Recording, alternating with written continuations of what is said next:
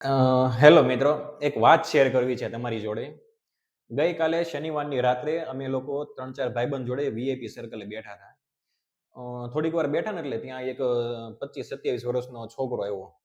ફૂલ થઈ ગયો તો, દારૂ પી ગયો તો, ફૂલ ડ્રિંક કર્યું હતું, બરાબર. આવીને પડ્યો. 5-10 મિનિટ અમે રાહ જોઈ કે ભાઈ કદાચ થોડો ઘણો પીધું હોય તો ઉતરી જાય ને જતો રહેશે એમ.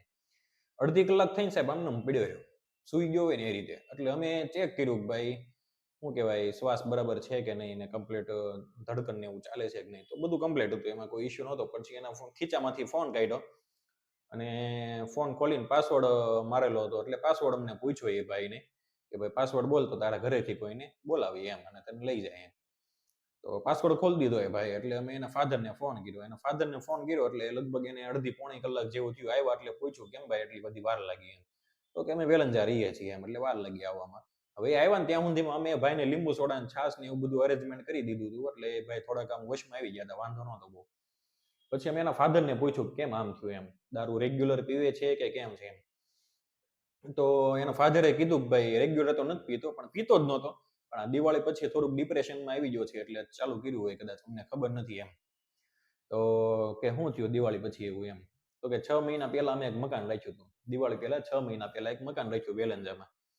વેલંજામાં મકાન રાખ્યું અને કંઈક 60 લાખનું મકાન હતું. 60 લાખનું મકાન રાખ્યું ને એમાં 45 લાખની લોન બેસાડી સાહેબ. કેટલાની? 45 લાખની. બેંક વાળાએ આટલી બધી લોન આપી દીધી. નકર 60 લાખનું મકાન હોય સાહેબ 20% લોન મળે. એટલે 12 લાખ 13 લાખ રૂપિયાની લોન મળે, બરાબર. રેગ્યુલર નોર્મલની વાત છે. બાકી તો બેંક વાળા પછી જેવી સિસ્ટમ એને આપણને બહુ નોલેજ નથી, પણ આ તો વાત છે 20% લોન મળે. તો 45 લાખની લોન લીધી ને 50,000નો ઈએમઆઈ આવે છે, બરાબર. દિવાળી પહેલા એ ભાઈ જે હીરાની કંપનીમાં જતો ત્યાંથી એમને પગાર ધોરણ સારું હતું એટલે ત્યાંથી એમને ઈએમઆઈના ખર્ચા નીકળી જતા, બરાબર. પણ દિવાળી પછી સાહેબ મંદીનો માહોલ, હીરાવાળા ખુલ્યા નહોતા અડધા ઘણા, એટલે કંપની એ કંઈક થોડા ઘણા લોકોને છૂટા કરી દીધા. એમાં આ ભાઈનો વારો આવી ગયો. હવે ઈએમઆઈ ભરી નથી શકતો સાહેબ, બરાબર. 50,000 જેવો ઈએમઆઈ આવે છે, ઈએમઆઈ નથી ભરી શકતો. 3 મહિના થઈ ગયા છે. 1 લાખ ને કંઈક 15 તેરી ને સોરી 5 તેરી ને 15, 1,65,000 જેવા માથે થઈ ગયા છે. અને હજી કદાચ 3 મહિના કામ નહીં મળે ને તો 1,65,000 બીજા, એટલે 16 દૂને 32 ને બીજા 3.5-4 લાખ જેવા મતલબમાં માથે થઈ જાય, બરાબર.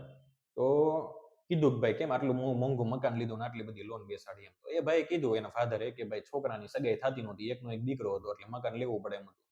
દીકરી વાળા બધા એમ કે ભાઈ ઘરનું મકાન હોય ને આમ હોય ને તેમ હોય ને આમ, બરાબર. તો ઘરનું મકાન લેવામાં છોકરાની સગાઈ કરવામાં છોકરાની જિંદગી બરબાદ કરી નાખી સાહેબ. સગાઈ થાય એ માટે મકાન લીધું, લોન બેસાડી, ઈએમઆઈ કર્યું. તો એના માટે મતલબ હવે છોકરાની આ જિંદગી બરબાદ.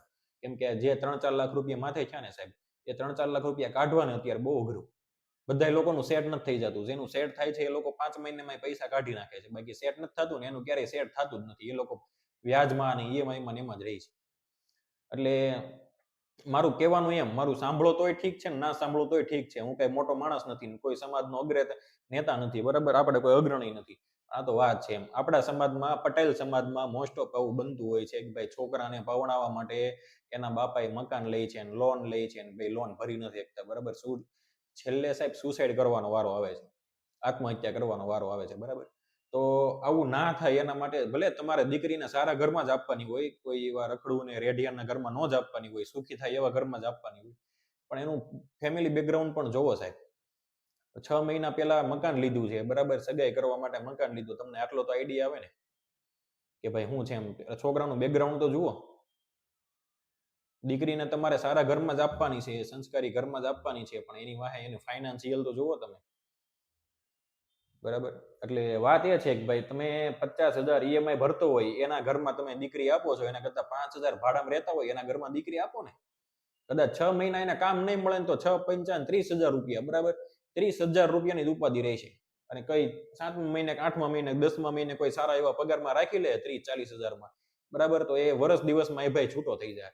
હવે આ સાહેબ 4 લાખ રૂપિયા કમાવા અને ઘર ખર્ચ કાઢવો, એના એ છોકરાના લગ્ન હતા બીજા મહિનામાં, એ છોકરી એને ખબર પડી ને આ ડ્રિંક કરે છે એટલે કંઈક 2 મહિના પહેલા છૂટું કરી નાખ્યું એવું કીધું એ કાકાએ. એટલે વાત આ છે, જેના માટે સગાઈ કરી હતી, જેના માટે મતલબમાં સગાઈ કરવા માટે ઘર લીધું હતું, એ ઘર પણ હવે આમ નથી રહેવી હાલતમાં ને દીકરી તો એની મતલબમાં જે એંગેજમેન્ટ કરી હતી તો જતી જ રહી, બરાબર. એટલે આ છોકરો તો હવે રખડી પડશે.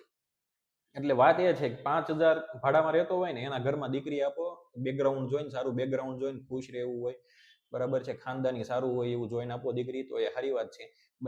બાકી EMI વાળા ઘરમાં ને ભાઈ એમાં તમે દીકરી આપશો ને એટલે હેરાન થશો.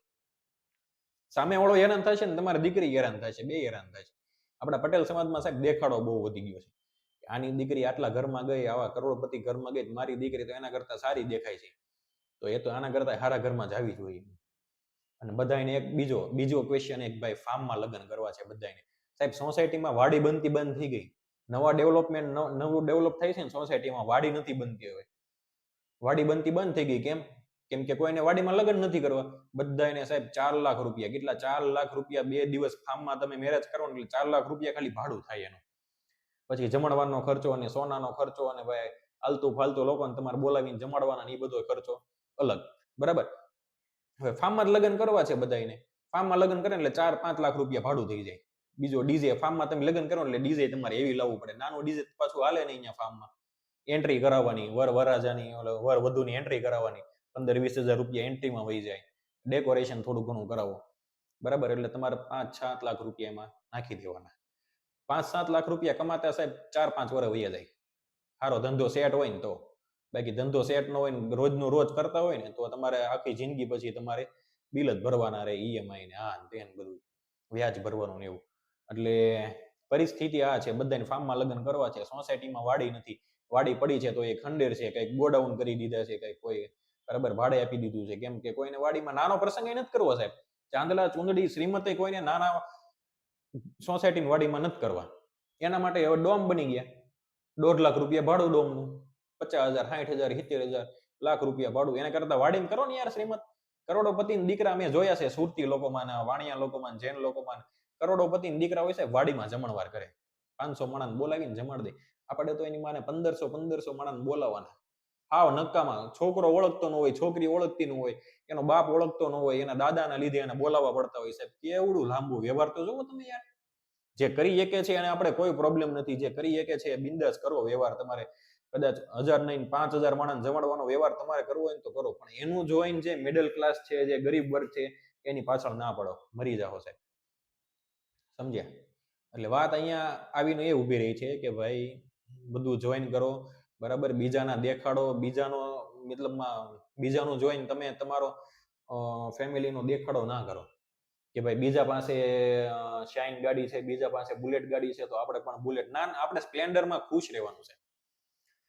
બીજા લોકો ફાર્મમાં લગ્ન કરે છે, ભાઈ મારા સાઢુન છોકરાએ ફાર્મમાં લગ્ન કર્યા તો મારા છોકરાને ફાર્મમાં જ લગ્ન કરીશ, આવા વિચારવાળા છે. બોલો, એના સાઢુન છોકરાને સદ્ધરતા છે, એ ભાઈ 1 કરોડપતિ છે, બરોબર. તમારી પાસે મૂળ 20 લાખની પ્રોપર્ટી છે, એમાં તમે ફાર્મમાં લગ્ન કરો સાહેબ, 4 લાખ તો ભાડું થઈ ગયું. 20% તમારા એમાં વહી ગયા ફાર્મમાં ભાડામાં. તમારી પાસે 20 લાખની પ્રોપર્ટી છે તો 20% તમારા એટલે 4 લાખ રૂપિયા તો તમારે ફાર્મનું ભાડામાં વહી ગયા. બાકી સોનું અત્યારે 1.5 લાખે પહોંચ્યું સાહેબ, સિલ્વર અત્યારે 2.5 લાખે પહોંચ્યું. એ બધું ગણવા જાવ તમારે નાખવા પડે. 20 લાખ તો તમારે હાવ પડ્યા રહે, એની ઉપર નાખવા પડે તમારે. અને ડીશ, જમણવાર, ફાસ્ટ ફૂડ રાખવું છે બધાને. એન્ટર થાવ એટલે પેલા સૂપ પાવું છે મહેમાનોને. હું રોજ તમે સૂપ પીવો છો યાર ઘરે? હે, તમે રોજ સૂપ પીને જમો છો ઘરે? આવું બધું દેખાડો ના કરો. 200 રૂપિયા વાળી 500 રૂપિયા વાળી ડીશ રાખવાના, એ બધા દેખાડા કરવાના, એ બધા રહેવા દો.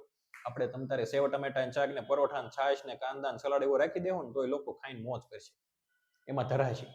ઓલું ફાસ્ટ ફૂડ રાખશો ને ભાઈ, લાઈનમાં ઉભા રહે ને ભાઈ બગાડ થશે ને. કેટલો બગાડ થાય તમે જોવો તો ખરા. બગાડ કે સેવ ટમેટા ને શાક ને પરોઠા રાખી લો ને સાહેબ, 5% બગાડ ન થાય તમારે.